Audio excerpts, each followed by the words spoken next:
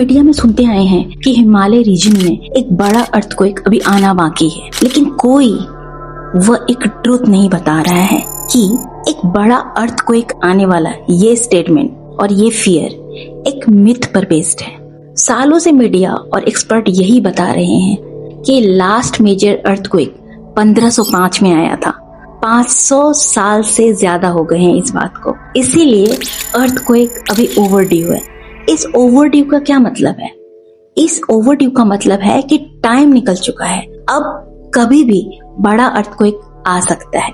और इस फियर ने लोगों के माइंड में एक डेंजरस बिलीफ बना के रख दी है। लोग सोचने लगे हैं कि एक बहुत बड़ा अर्थक्वेक आएगा, मैग्नीट्यूड 8 या 9 होगा और वो बहुत तबाही मचाएगा और फिर सब खत्म हो जाएगा। वह सिर्फ उस एक बिग इवेंट का वेट कर रहे हैं। कुछ लोग तो दूसरे शहर तक शिफ्ट होने का प्लान कर रहे हैं क्योंकि वो सोच रहे हैं कि एक ड्यू डेट है और वो आने वाली है। लेकिन प्रॉब्लम ये है कि वह ओवरड्यू वाली कैलकुलेशन साइंस के नए डेटा से मैच नहीं होती है। फरवरी 2026 में साइंस एडवांस जर्नल में एक नई स्टडी पब्लिश हुई है, जिसे आप यहाँ देख सकते हैं। साइंटिस्ट ने नेपाल की लेक रारा को चुना। यह एक हाई माउंटेन लेक है। अब समझिए कि यह लेक अर्थक्वेक की स्टडी में कैसे काम आती है और अर्थक्वेक की टाइम डायरी कैसे बन जाती है। जब भी स्ट्रॉन्ग अर्थक्वेक आता है तो लेक यानी झील के नीचे मौजूद ढलान यानी अंडर वाटर स्लोप डिस्टर्ब हो जाते हैं और सेडिमेंट्स में अलग अलग लेयर्स बन जाती है। ये लेयर्स हर अर्थक्वेक का एक रिकॉर्ड छोड़ देती है। रिसर्च टीम ने ऐसी लगभग 50 लेयर्स आइडेंटिफाई की है, यानी कम से कम 50 अर्थक्वेक्स जिनका मैग्नीट्यूड 6.5 या उससे कहीं ज्यादा ही था, पिछले 6000 सालों में आ चुके हैं। इनमें से 8 अर्थक्वेक तो 1505 के बाद ही आए हैं, अकेले 1505 के बाद। लेकिन सबसे इम्पोर्टेंट फाइंडिंग ये है कि ये अर्थक्वेक किसी रेगुलर इंटरवल पर नहीं आए, कोई 500 ईयर की साइकिल नहीं थी। ये सारे अर्थक्वेक रैंडम तरीके से आए। साइंटिस्ट ने इस रैंडम पैटर्न की दुनिया के दूसरे रीजन्स इंडोनेशिया, न्यूजीलैंड और चिली के रिकॉर्ड से मैच किया। सेम पैटर्न हर जगह। तो जिस सिस्मिक गैप से हमें डराया जा रहा था वह एक्चुअली में एक नॉलेज गैप है। पुराने मेथड सिर्फ सबसे बड़े अर्थक्वेक को कैप्चर कर पाते थे, छोटे अर्थक्वेक को मिस कर देते थे। इसलिए लगता था कि बहुत लंबा गैप है, लेकिन सच ये है कि सिस्मिक रिस्क कांस्टेंट है। प्लेट्स कंटिन्यूसली कोलाइड कर रहे हैं और हर दिन स्ट्रेस बिल्ड होता जा रहा है धरती के अंदर, खासकर हिमालयन रीजन में।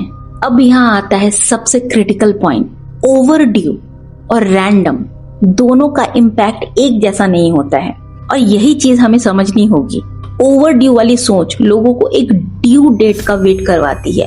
वो सोचते हैं कि जब बड़ा अर्थक्वेक आएगा तब हम देखेंगे, इसलिए वो आज कोई एक्शन नहीं लेते, ना ही गवर्नमेंट कोई खास इंटरेस्ट दिखाती है इसमें।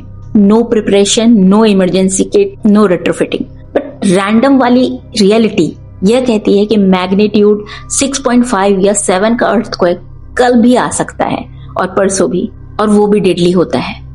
2015 का नेपाल अर्थक्वेक जिसका मैग्नीट्यूड 7.8 का था, वह बड़ा वाला नहीं था, वह एक रैंडम अर्थक्वेक था जिसका इतना मैग्नीट्यूड था और उसमें नियरली 9000 लोग मारे गए, लाखों लोग होमलेस हो गए। तो रैंडम का मतलब ये नहीं है कि अर्थक्वेक वीक है।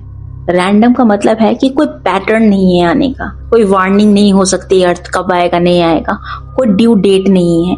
यह कभी भी बिना बताए आ सकता है और यह चीज ओवरड्यू से ज्यादा डेंजरस है क्योंकि लोग एक इमेजिनरी बिग इवेंट का वेट कर रहे हैं, एक बिग अर्थक्वेक का वेट कर रहे हैं जिसके बाद दुनिया खत्म हो जाएगी, ऐसा वो सोचते हैं। जबकि रियल रैंडम थ्रेट हर दिन मौजूद है।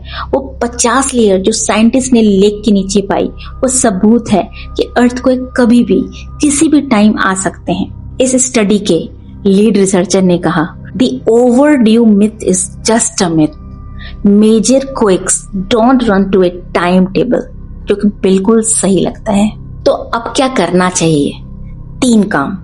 नंबर 1, ओवरड्यू और बाकी है वाली सोच को तुरंत बाहर फेंक दीजिए।